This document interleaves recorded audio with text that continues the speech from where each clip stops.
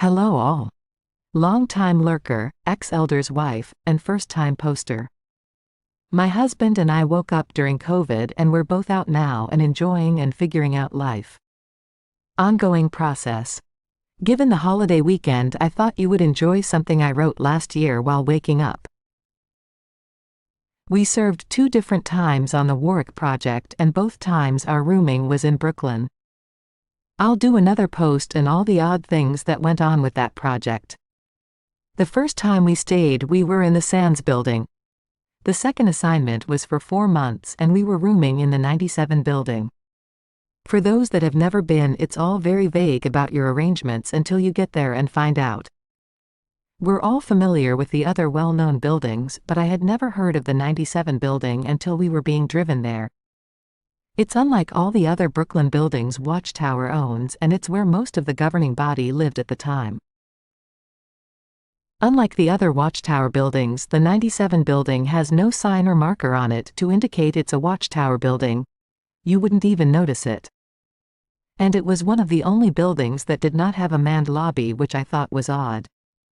Other than the security keypad, there was no monitoring who came and went at any time.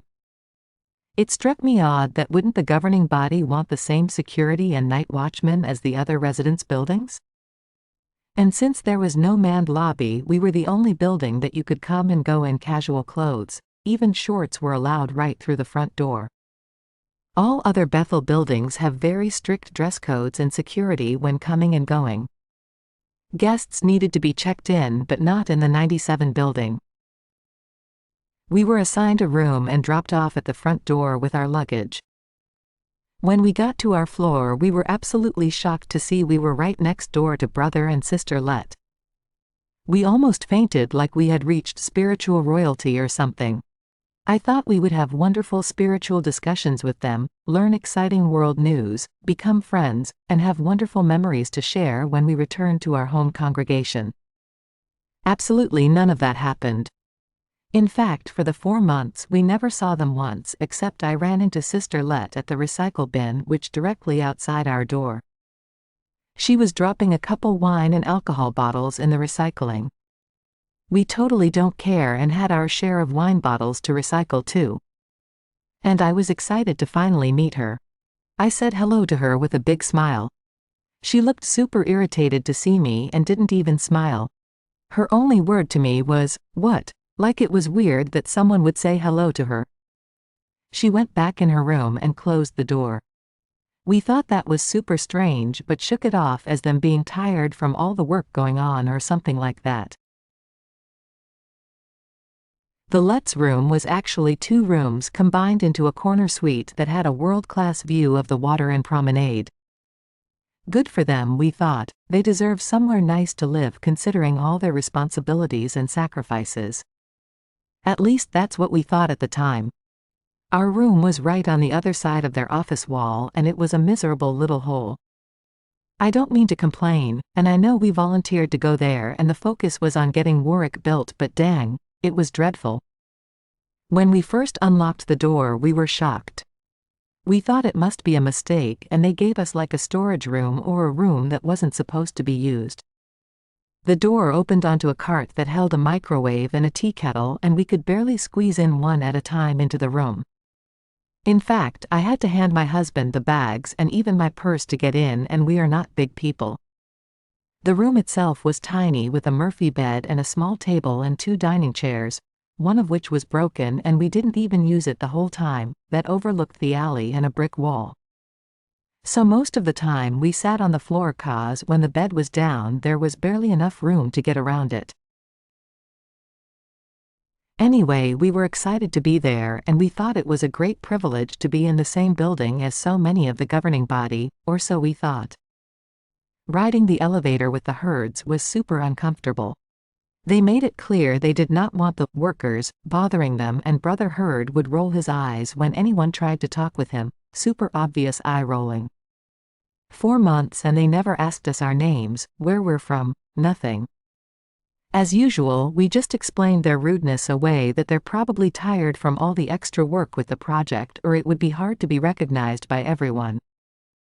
One evening we had gone out to dinner and the restaurant had given us an extra dessert to go. We thought we would try again with the LETTs and give them the free dessert when we got back to the room. We knew they were home, or at least someone was in their room, as we could hear voices and a TV on loud.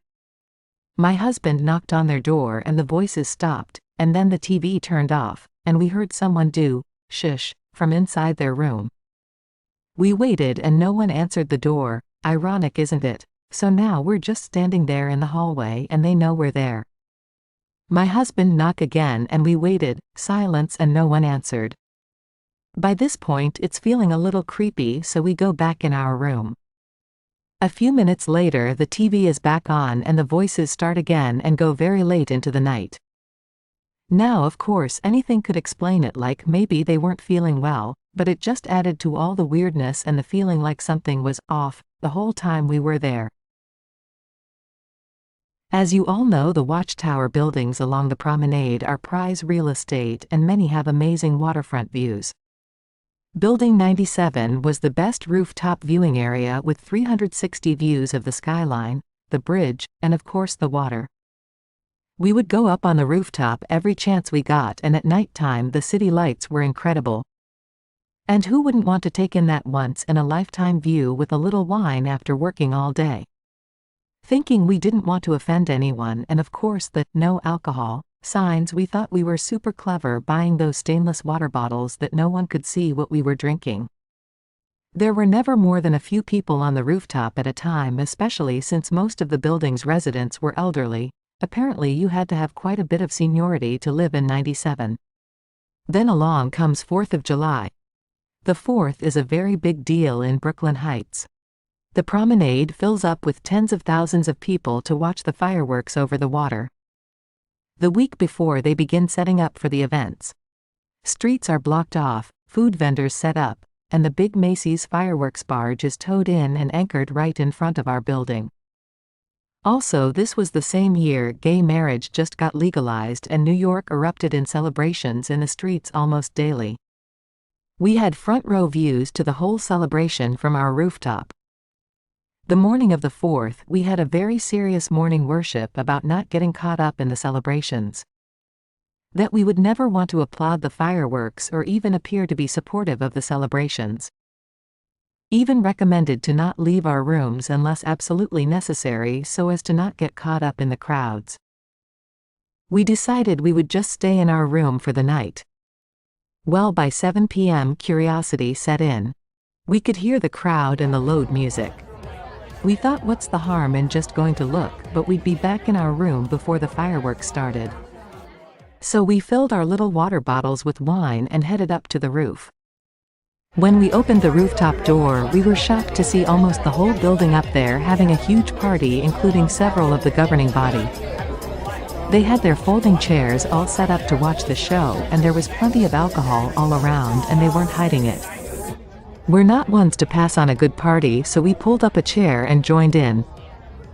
As soon as it got dark, the fireworks started firing off and the national anthem played. All on the roof clapped and cheered on the show. We half expected them to be waving little American flags. It was a great show nonetheless, and when it was over many of them said they love watching it up there every year, best seats in the house. None of this really proves anything. Just adds to the weird experiences and things we just overlooked, cause the governing body is always right. Right?